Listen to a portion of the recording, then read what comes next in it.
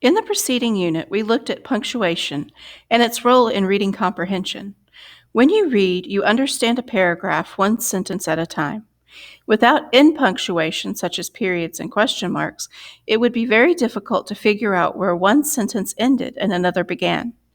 We'll be editors and revise a paragraph that lacks punctuation. You will need to ask the same two critical questions that you asked in the preceding exercise. What were the two questions that we had to be able to answer to have a complete sentence? Turn to page 50 in your student books and look at part B.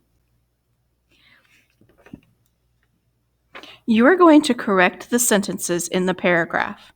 You will insert missing end marks. You will draw 3 lines under the first letter of a word that needs to be capitalized.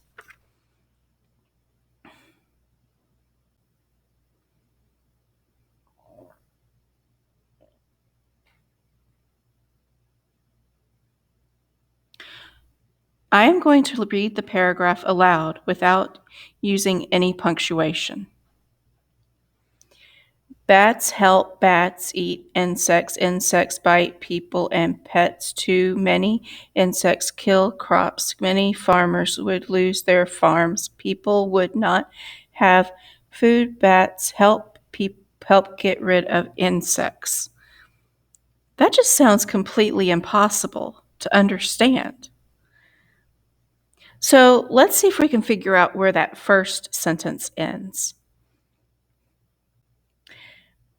Bats help bats.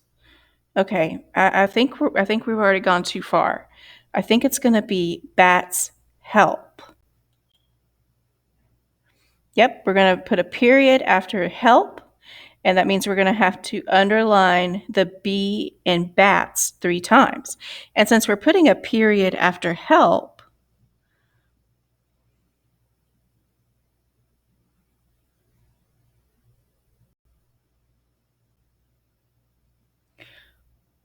we're going to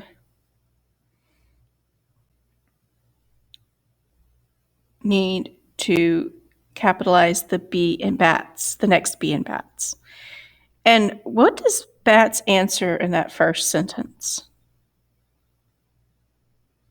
What does help answer?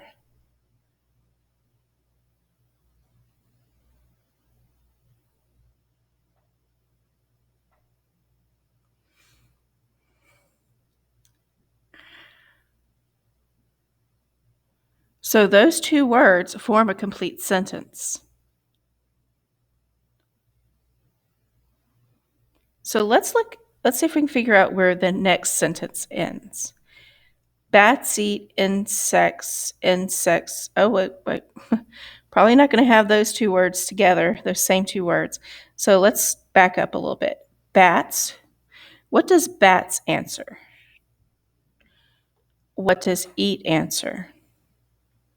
That does form a complete thought, but we have those 2 words insects together, so we probably need to end it after insects. Yep, we're going to capitalize. We're going to put 3 lines to show that we're capitalizing the B in bats, and we're going to put a period after insects, which means we're going to be capitalizing the I in insects. So let's see, insects is going to answer what? Okay, what would bite answer? Now, insects bite is a complete thought, but maybe we need to figure out what they bite.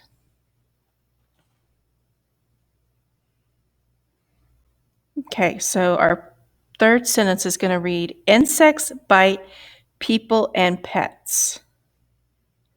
2. Meaning also. And notice we're putting some emphasis on it, so we're going to make it an exclamation mark. We're going to do our 3 lines under insects and then make an exclamation mark. Let's try one more. Many insects. So again, what is that insects going to answer? What do the insects do? Do we know what they kill? Okay, so many insects kill crops is probably going to be our next sentence. Let's check. Yep, we're going to put 3 lines under the M in many and a period after crops. I want you to work with a partner to finish marking the rest of the paragraph. Remember, you're going to put 3 lines under the letters that need to be capitalized, and you're going to put end punctuation where it is needed.